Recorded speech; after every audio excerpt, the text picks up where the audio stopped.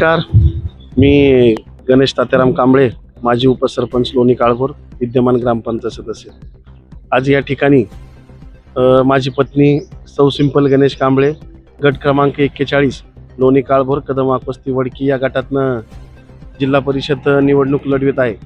निवडणूक लढवित असताना आम्ही प्रचाराला जनतेसमोर जाताना अतिशय चांगल्या पद्धतीनं जनतेचा प्रतिसाद मिळतोय आणि आमची ही लढाई जनशक्ती विरुद्ध जनशक्ती असल्यामुळे आमच्या पाठीशी एक जनतेचा आशीर्वाद आहे। आणि काही लोक सांगतात की आमदारांनी 20 कोटीचा निधी गावाला दिला, 30 कोटीचा निधी दिला।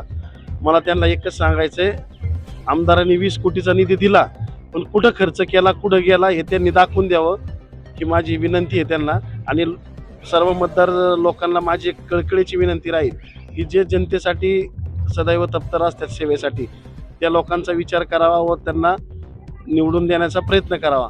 आणि आज माझी पत्नी सिंपल गणेश कांबळे व कोळपेताई या पंचायत समितीला धनुष्यबाणाच्या चिन्हावर उभे आहेत, तर दोघींना धनुष्यबाणा चित्रासमोरील बटन दाबून त्यांना प्रचंड बहुमताने विजय करा ही विनंती।